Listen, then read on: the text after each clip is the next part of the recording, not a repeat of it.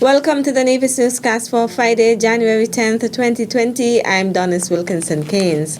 US-based Urology Associates, led by Dr. Dwayne Thwaites, is advising men in St. Kitts and Nevis that it will be hosting its annual prostate cancer screening clinic this month. According to urologyhealth.org, 1 in 9 men will be diagnosed with prostate cancer in their lifetime. It is common but highly treatable in the early stages. Urology Associates is once again partnering with the NIA's Ministry of Health and Gender Affairs to facilitate the free screenings. This takes place on Saturday, 18th January at the Occasion Center. I am encouraging one and all to take advantage of this screening process.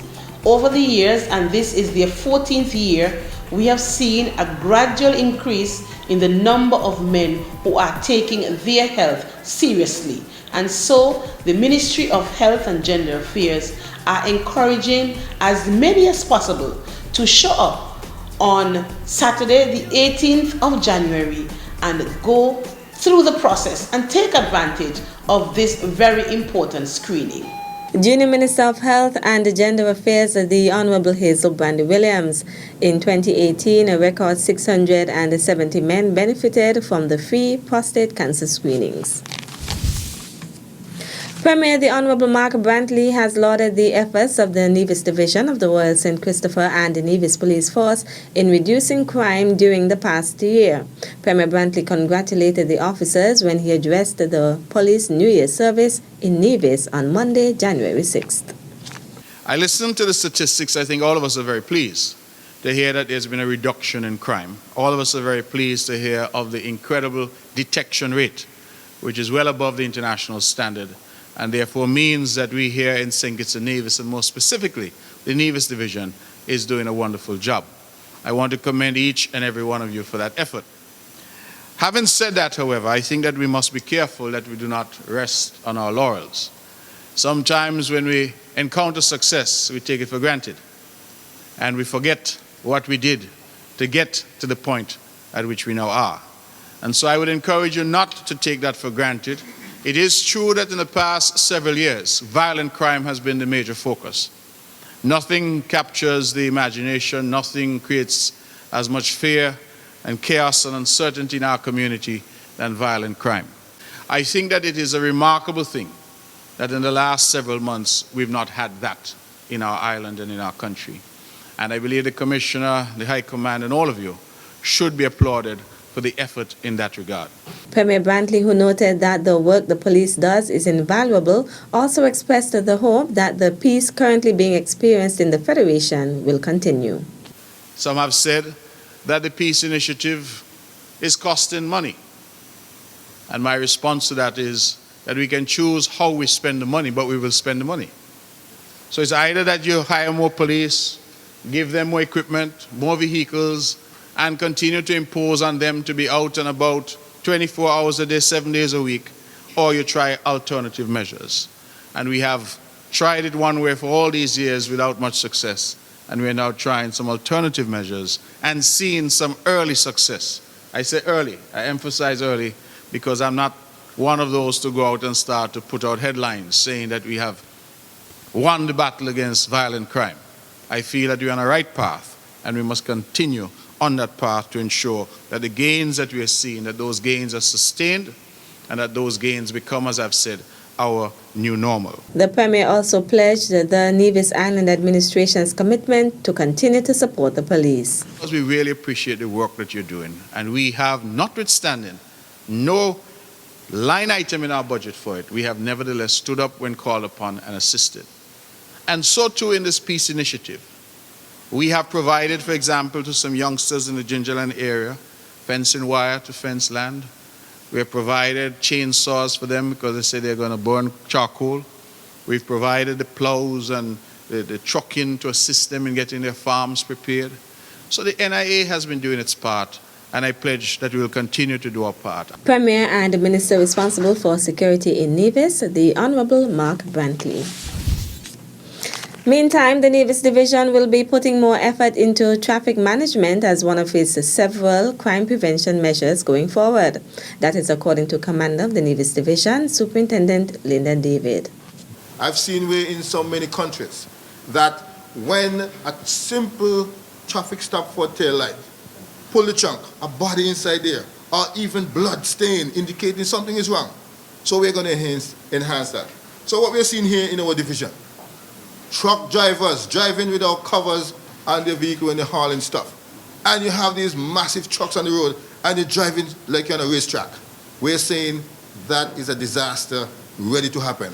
And under our watch, that will not happen. We are going to stop you in your tracks. We are going to arrest if arrest need to be made. But guess what? We're going to summon you. The police superintendent also issued a warning to vehicle rental agencies as well as private vehicle owners regarding the tinting of their windows. The law clearly states that no rental vehicle or self-service, self-drive vehicles should be tinted.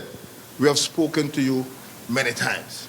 We will be confiscating your vehicles if you fail to adhere to that slight and gentle instruction. Please go and get it remedied by this time. We would have already given you the deadline, but we're not going to extend it any further. So therefore, we're going to implement it. We're also going to look at where people have their private vehicles. So dark you want to know if it's midnight driving down the road. We're no longer going to tolerate that. Commander of the Nevis Division of the Royal St. Christopher and the Nevis Police Force, Superintendent Lyndon David. Still to come, Romanian state offers more than 80 scholarships for higher education studies. The details after this break.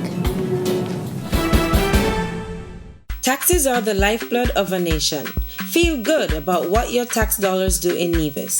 As a responsible citizen, your tax dollars protect our environment. Pay your taxes on time. This message was brought to you by the Inland Revenue Department, Nevis.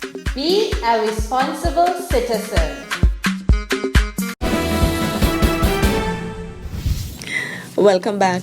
The Nevis Island Administration's Ministry of Human Resources is informing that the Romanian state will once again be offering 85 scholarships for higher education studies.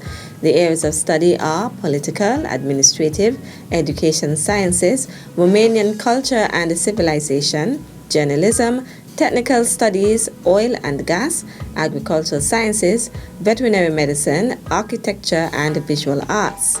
For detailed information on prerequisites and application procedures, visit the website of Romania's Ministry of Foreign Affairs or contact Shanola Murray-Gill or Ronis Williams of the NIA's Ministry of Human Resources at 469-5521 extension 5163 or 5164. Interested persons must apply to the Nevis Island Administration's Ministry of Human Resources by February 11, 2020.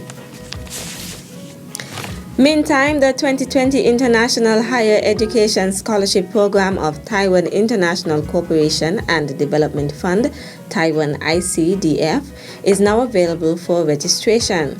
Bachelor and postgraduate programs are offered in the fields of tropical agriculture, business administration, mechanical engineering, international business and trade, journalism and mass communication, agribusiness, computer science, and information engineering.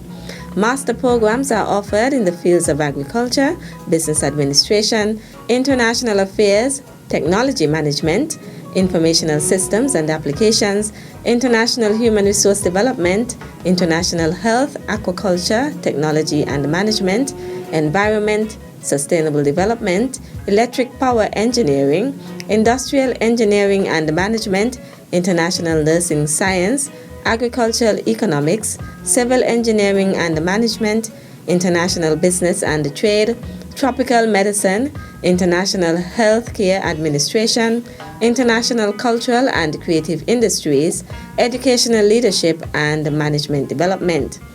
PhD programs are offered in the fields of tropical agriculture, international health, global health, and health security. Visit www.icdf.org for detailed information.